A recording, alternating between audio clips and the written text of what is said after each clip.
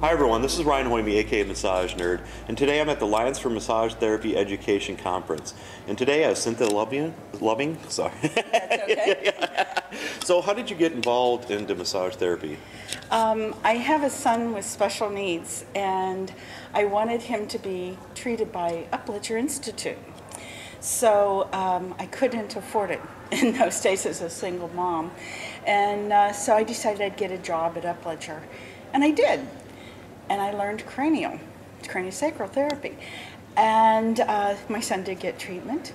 And so that was really pretty incredible. But I wanted to do craniosacral without the supervision of a doctor. So I went to massage school to get my license, never knowing I'd fall in love with massage. That's been many, many years ago, 20 some odd years ago. Okay. And I left Florida, moved to North Carolina, helped get the licensure passed in North Carolina. And you can't get me out of this business. I'll be here the rest of my life. I've never enjoyed anything as much as I do this field. And you can take it in so many directions that you'll never get bored. Yep, definitely. Yeah. And what do you look for in a good teacher? What when you went through massage school, is there any teachers that really stood out, and what were their traits? I think the ones that were able to adapt to my learning style, I'm very much visual and kinesthetic, and they were kind enough to honor that. So I felt a lot, I touched a lot, and I watched repeatedly. And that was how I learned, but yet there were other people in my class that learned in different ways. And the teachers were so good at, the really excellent ones, were good at being able to adapt to their student. I think that was the primary thing. The other thing is, learning should be fun. It should not be a grueling process. So I enjoyed it when they would make jokes or bring about laughter in the classroom or something along those lines, instead of making it so hard. We had one teacher teaching muscles, and it was horrible. I had a terrible time learning, but it was strictly this muscle, this origin, this insertion, no palpation. Oh. And it was horrible. So you gotta have some playtime. You've gotta honor the different learning styles. And it's just incredible. I teach clinical aromatherapy and weaving it into a massage practice. And part of the things that I do is really talk a lot about having fun with it. Smelling this. What's it smell like? How's it feel? Yep. Where are you feeling it? Yep. Oh, it smells like icky to you. Well, you know, we work through that, and we Yep. have a lot of fun, and people retain the information if they're able to laugh with it. Yep. You are a good learner. Yeah. At the school I teach at, I constantly get my door shut on me all the time because they're laughing too much. And Yay! yeah. And back before I got into massage, I worked in nursing homes. And every now and then I would get written up for laughing too loud. And I would actually be proud of that and put that on my fridge. So. Good for you. And part of my aromatherapy business is now directed towards elder care. Oh. And so I empathize with you, because there's not near enough laughter in this world. Yes, exactly. Especially in those settings. Yep. So for continuing education, was that quite a process to get that going then? Well, yes. I have been studying it for so many years, and I knew what I wanted to do, but it was kind of hard to get that first step. But thank heavens, I hung out with a lot of people who owned massage schools and so on, so they were the ones that opened the doors for me. And on continuing education, I'm so thrilled with what the Alliance is doing about continuing ed.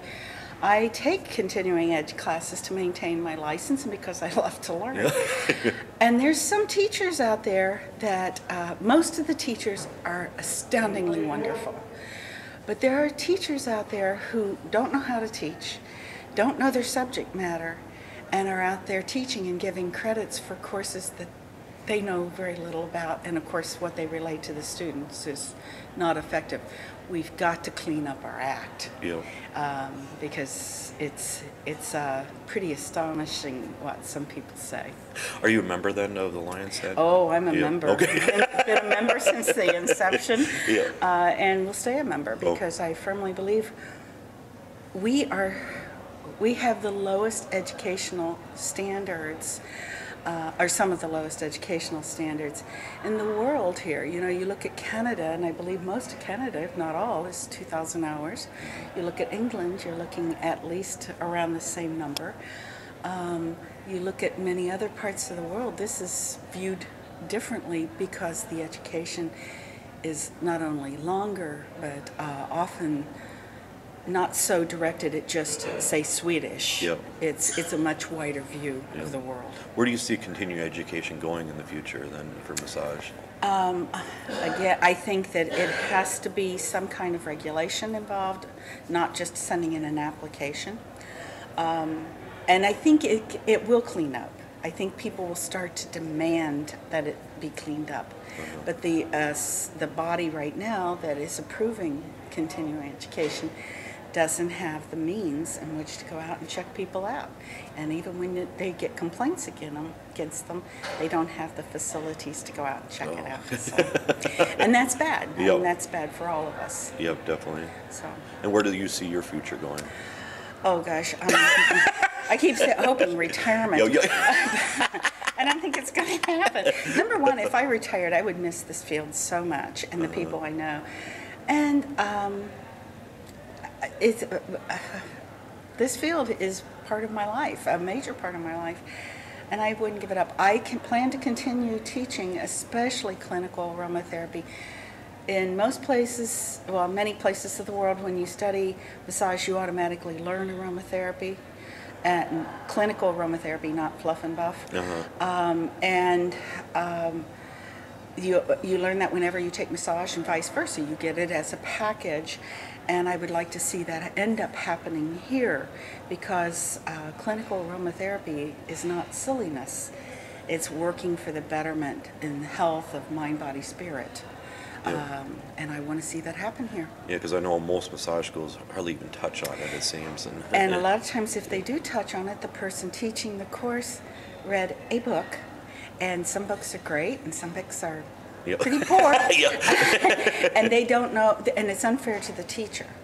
Because if somebody does move on, they think less of the teacher because the teacher taught what they read and didn't have correct information. Even some of the textbooks that are out there on aromatherapy are pretty shaky at best. And here it's so nice.